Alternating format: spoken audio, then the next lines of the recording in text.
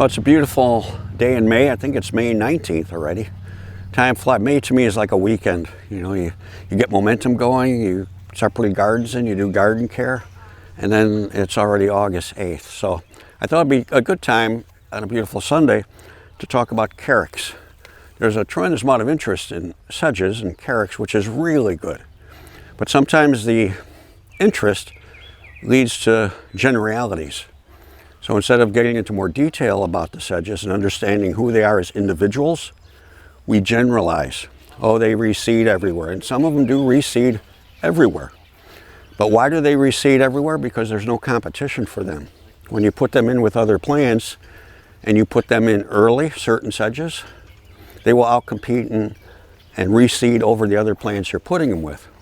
So what the best thing to do is understand the seeding rate of some of the sedges, like Carex griseae. Carex griseae reseeds very aggressively and gets tall enough to shade out the plants that it's planted with. So if you're going to use Carex griseae, put it in about 4 or 5 years later and just tuck it in amongst the shade plants or going in the sun. But if you want to use Carex griseae as a ground cover, say under a hydrangea planting or some woody plant planting, you can put Carex griseae in on maybe 12 to 18 inch centers, 15 inch centers, and let it seed freely underneath the hydrangeas, and it'll look beautiful. And you just string trim it in the spring and let it come up with all new growth. And it's a wonderful living mulch and living ground cover. So I'm going to look at some of the specifics of, this is a sedge I use quite a bit, and it is readily available now. It's called Carex albicans. Carex albicans, what I like about it, it's short. It's about 12 inches tall, depending on soil conditions, but it fills its center, so it doesn't lay flat on the ground. Carex radiata, Carex rosea, they will, after they bloom, lay flat on the ground. And it's not because a deer slept on them, that's just what they do. And after they're done flowering and lay on the ground, they come up with vegetative growth and they fill their center in about 3 to 4 weeks, and they look beautiful, a beautiful texture. But Carex albicans stays fairly full. It's a short sedge. It does reseed, but it reseeds modestly. It's not an aggressive reseeder, so you can use it as a nice ground cover. It will, again, modestly reseed, but you can work with that. Another sedge I like that we use quite a bit, that's easy in drier soil. Oh, by the way, Carex albicans lives in average to dry soil in woodland area, open canopy or a little slightly tight canopy, tree canopy. So it's easy to use and easy to begin with. And it mixes well with Carex pennsylvanica, which everybody is very familiar with right now. And everybody has their own opinion of it. Too slow to fill in, too slow to grow.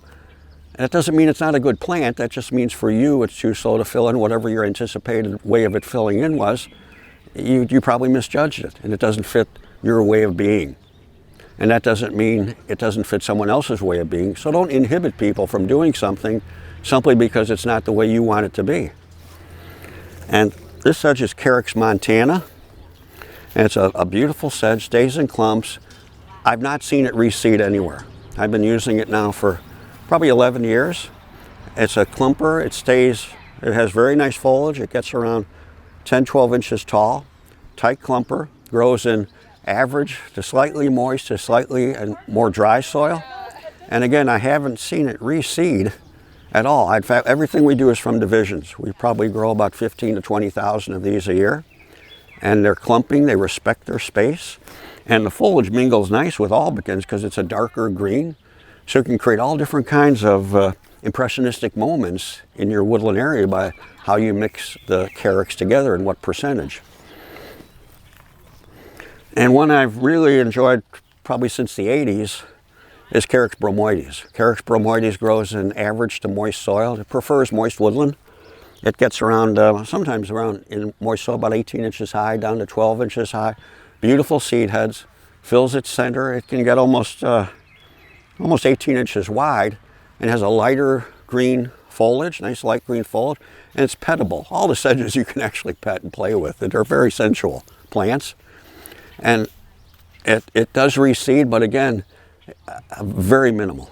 It doesn't reseed. As far as where I've used it, in moist woods, slightly dry to moist situations, I haven't seen a big issue of it reseeding. It's not easy to start from seed either. So we do everything with divisions. We divide them, and most of the sedges we divide after they begin vegetative growth. We divide them from about mid-July into late August, early September, and put them in these 2.5-inch pots. Now, this is a tall sedge, but I really like, and this does reseed into wet areas if you have a rain garden, but it's in scale with small rain gardens for residential use, really for any use. It has a nice scale to it. It's Carex crenita. It has beautiful arching flowers. They're very pendant, but it will reseed modestly to somewhat aggressively. So again, you don't need to work a lot of them in. And then when you put them in, you might wait till the 3rd year that your other rain garden plants get established. And then when you put this in, it has to live within competition. So when an opportunistic plant lives within competition, it basically loses its opportunity to take over.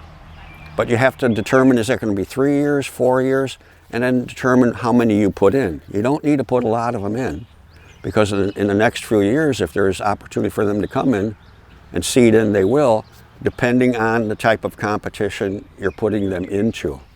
So it's all about light resources. The sedges and the plants get light resources, and about the competitive nature of the plants you're putting in, so you understand that the plants will either outcompete because they're opportunistic, and if there's too much competition and the plants are living together socially well, they're not going to take over. Because there's some native plant people that say, oh, just let the plants be who they are. You know, there's not one native plant I've ever grown that wanted to dominate a planting. It's simply that we put them in with little knowledge of how they're going to reseed or grow into a garden. Someone suggested putting Vernonia ironweed in, that it was good for certain insect habitat. It's very good for that. But if you put that in an area that it can be opportunistic, you better sell your house, because all you're going to have is Vernonia everywhere. And it's not the plant's fault. It's just that we put it in too early. It became opportunistic, got too big, and shaded out every other plant. And there's some people that say, oh, just let the plant be who it is.